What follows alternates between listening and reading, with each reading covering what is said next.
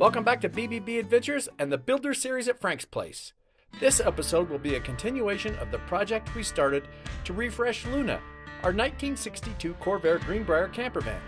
We covered the scope and goals of this project in part 1 of this Lunar Refresh series, so if you're interested in what we're attempting to accomplish, you can go back and watch that episode. In part 3, we worked on drilling out a broken suspension mounting bolt and prepared the rear control arms for powder coating. This episode starts towards the end of the workday on April 12th, which means there are only 62 days left before we need to head to Wisconsin for the National Corvair Convention. All right, well, as you know, we got the engine pulled. I've taken a bunch of the shrouding off the engine. Now it's time to get the engine and transmission transaxle on the ground off the cart so that I can separate the transmission and differential from the engine. So I've got it hooked up to the engine hoist. My plan is to lift it up and then carefully move it, set it down on this carpet. I'm going to use this carpet as a place to work. Once I get down on the carpet, I think I'll be able to just sort of pull it apart, take the bolts around the bell housing and pull it apart. But for now, let's get it off the cart and onto the ground.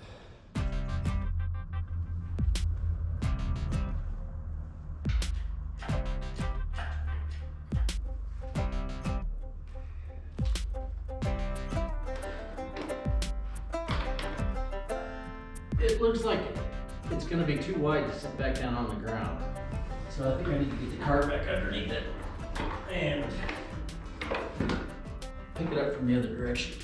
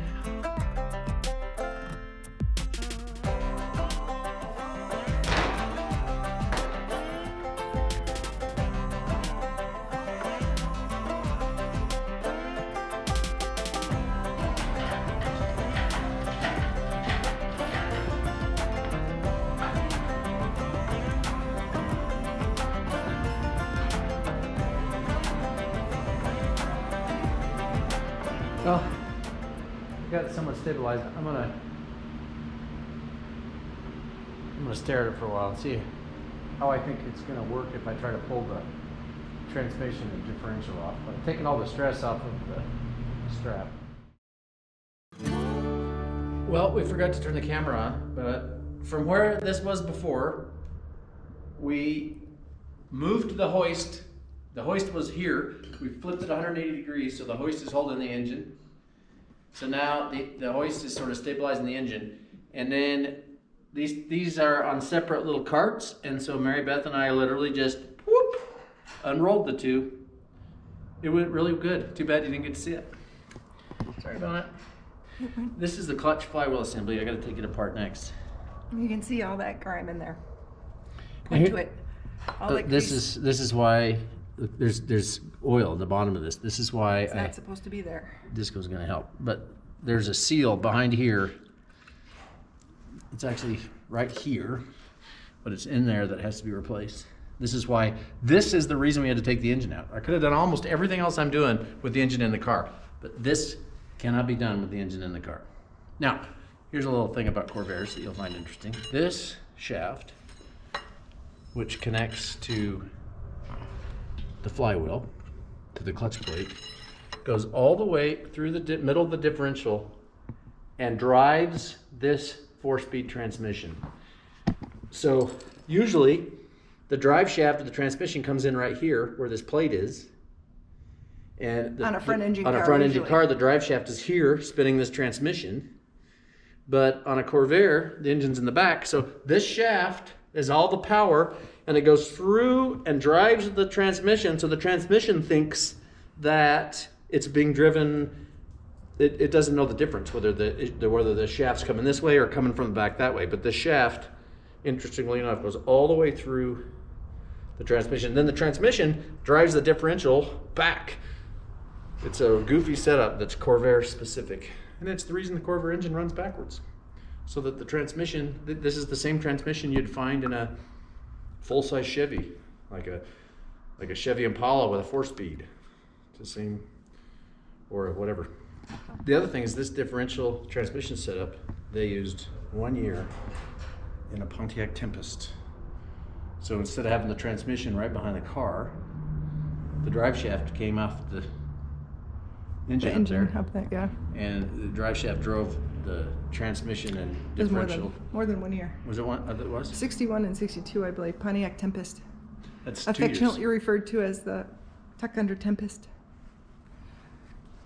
Okay, that ends today's lesson. Now I'm gonna take the light well off as soon as I remember how. Where's my orange? Disco wants me to pick him up. Don't you, Disco?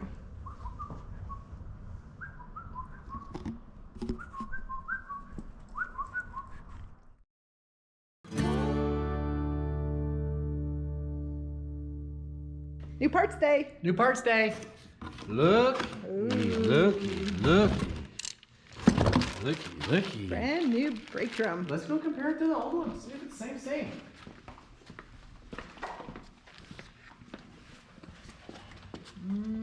Same, different. Oh, Same. really? Yeah, same. This is much Yeah, lighter but it's better. than this. Yeah, but it goes inside this. This one just goes on the outside. This one goes inside a groove. It'll help keep schmaltz out of there, maybe.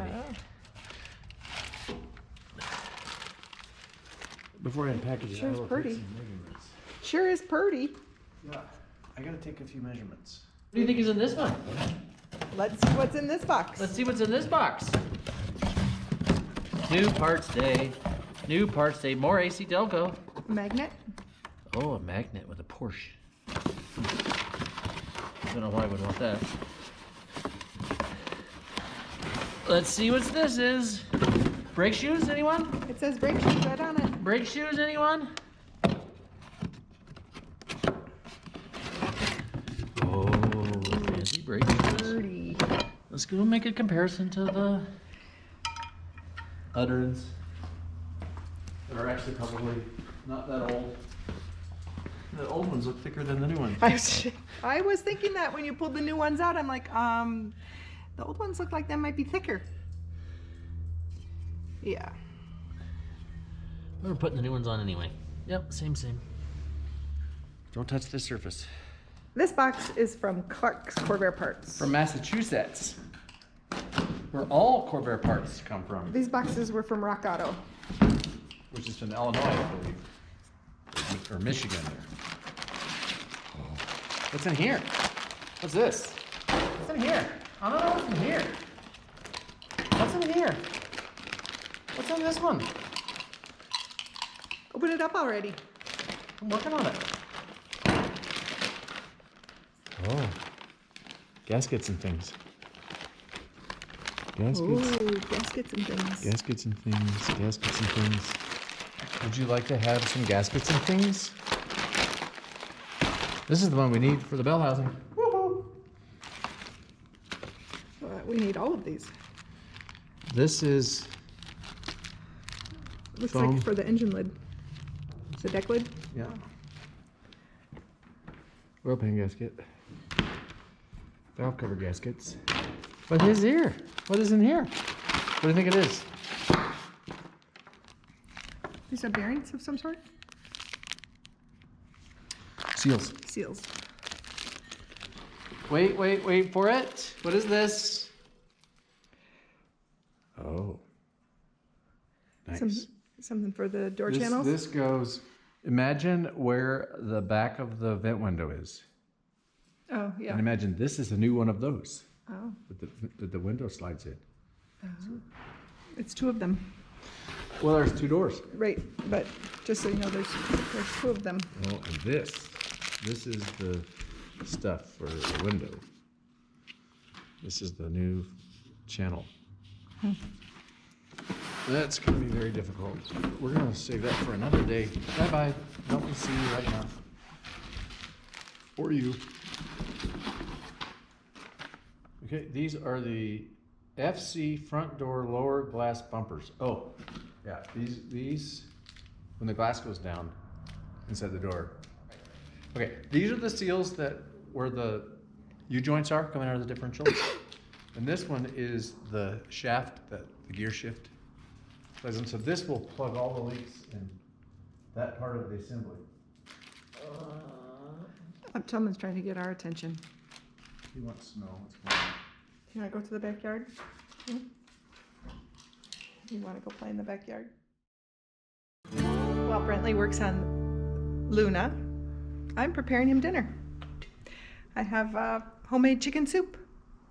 It'll be chicken noodle soup when I'm done. But I cut up all the vegetables at home.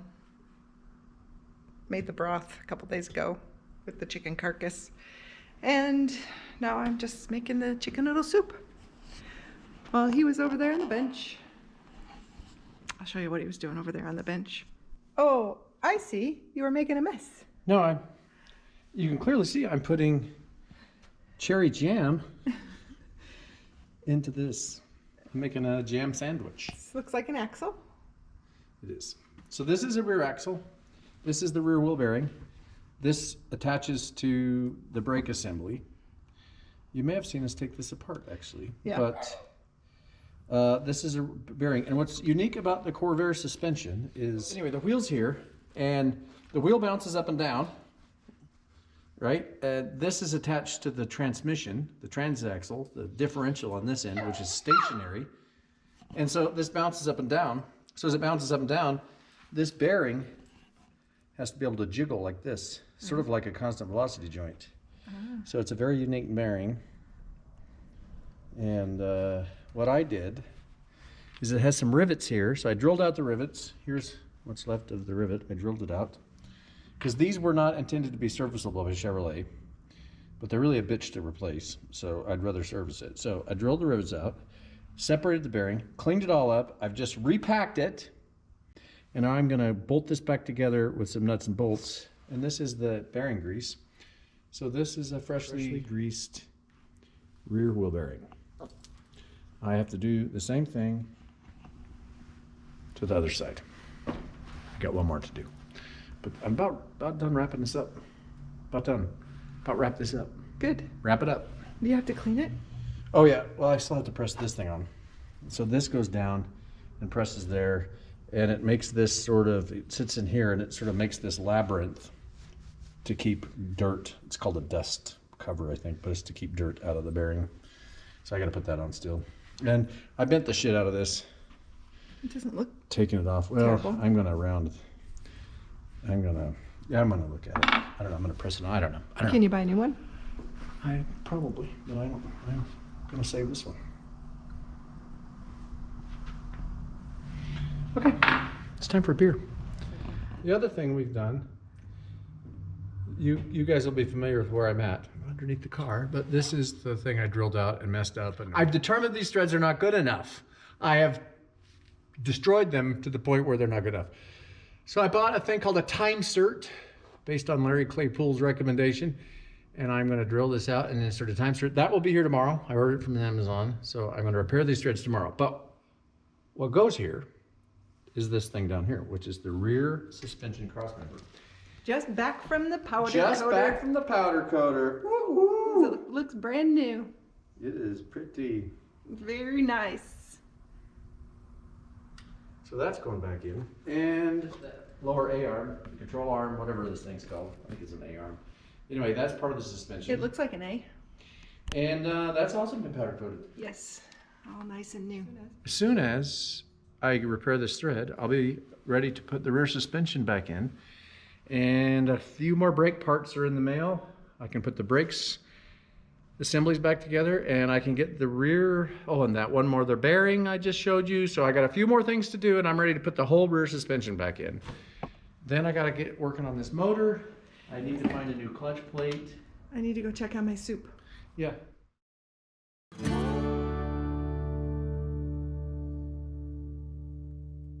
Okay, I am ready to repair the threads on this body mount where I drilled the broken bolt but damaged the threads. So this is called a time cert, and thanks to Larry Claypool for making this recommendation. But it's a little insert that has the right threads on the inside and bigger threads on the outside. This is a hardened steel insert. It's very strong, similar to a helicoil, except this is stronger. So the kit comes with a drill and a tap for this outside threads and an insert tool, and essentially you drill and tap and you screw this thing in, and you've got a thread repair. So yeah, that's what I'm going to do. I'm going to drill out the old threads, and I am going to attempt to repair these threads.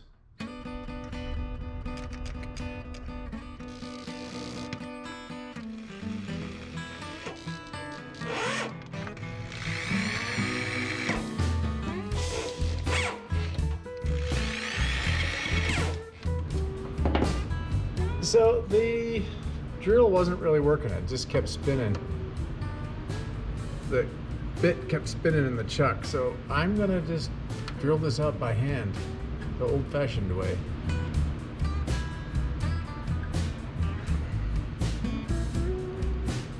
I feel like it gives me a bit more control too. I did have to go buy this T-handle. I didn't have the right T-handle. Lots of oil.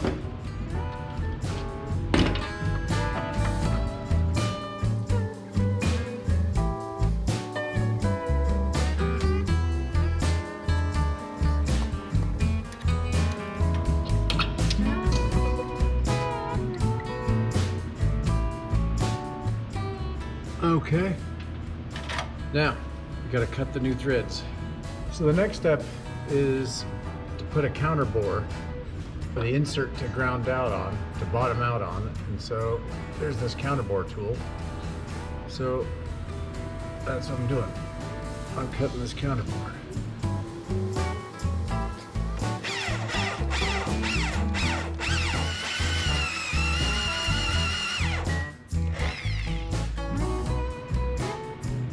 Okay. Next, we tap the new threads. I want to go in super straight.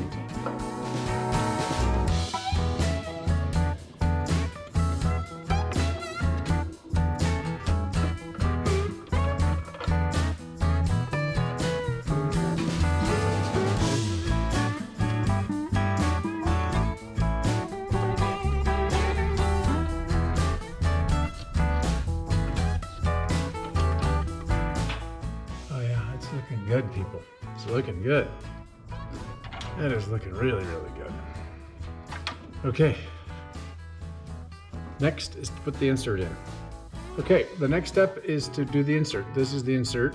This is the insert driver. So I put a few drops of oil on the driver itself. I'm not going to put any in the outside threads. I'm going to thread it on there.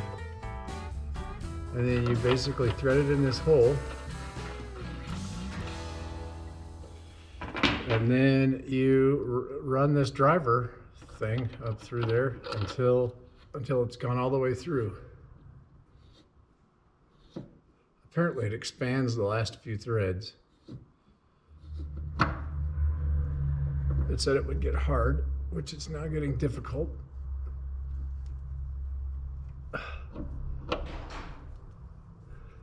I think it said to run it all the way through, so I'm gonna keep my eye on it. I'm not gonna go.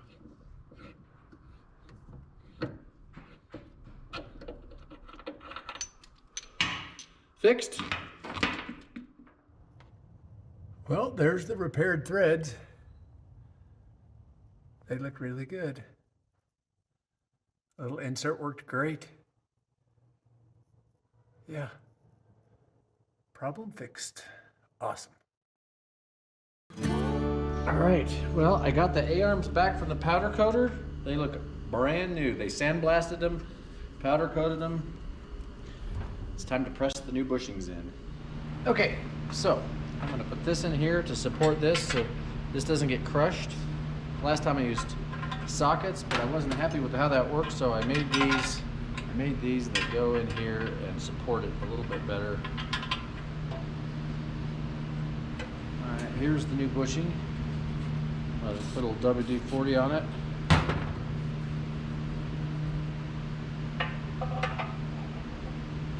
And I got this socket that fits perfectly on the outside of the bushing.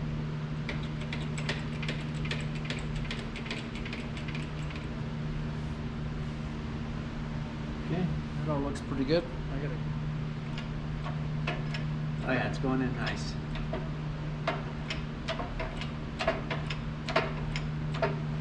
Okay, that's fully seated.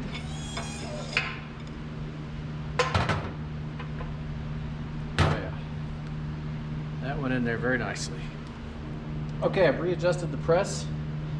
Now it's time to put this, which I also had powder coated, get this put back in.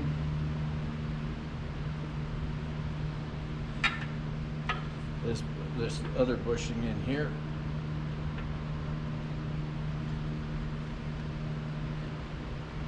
I'm gonna go over to the workbench and get this started by tapping it with a hammer.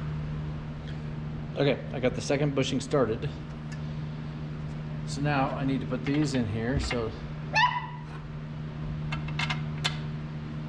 we don't crush those things. And then I still have this board I used that goes in here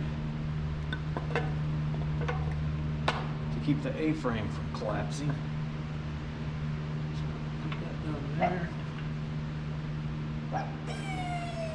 Socket in there.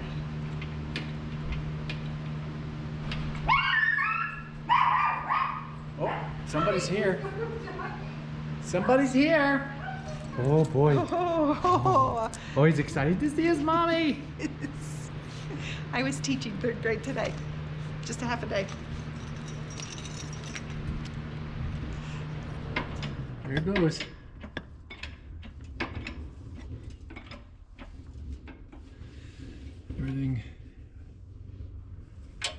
Is everything okay? Looks like it. Okay.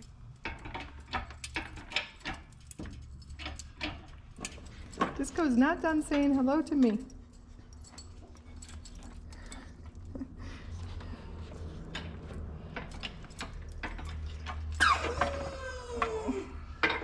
I wish I knew. Okay, this A-arm's done. Got the bushings pressed in. I got the new hardware on the ends, on both ends. This is still free to turn. I get this all set up. You don't tighten these up until the car is sitting with full weight, not sort of nominal weight, so that the ride height of the car is where you want it, and then you tighten these up. They'll squeeze the bushings, and yeah, then that's the deal. The other thing I did was these threads, which is where the brake assembly and rear wheel bearing bolt in, I ran a die, across these threads to make sure they were nice and clean. So those are all cleaned up. The other one's down there. So these are ready to go back on the car. That's about it for part 4 of the Luna refresh. Please stay tuned for part 5 when we start to restore some of the engine trim and shrouding and reinstall the rear suspension. If you haven't subscribed yet, please consider doing so. And if you're enjoying the Builder series, please give us a thumbs up and also let us know in the comments. Thanks for watching. Enjoy the ride.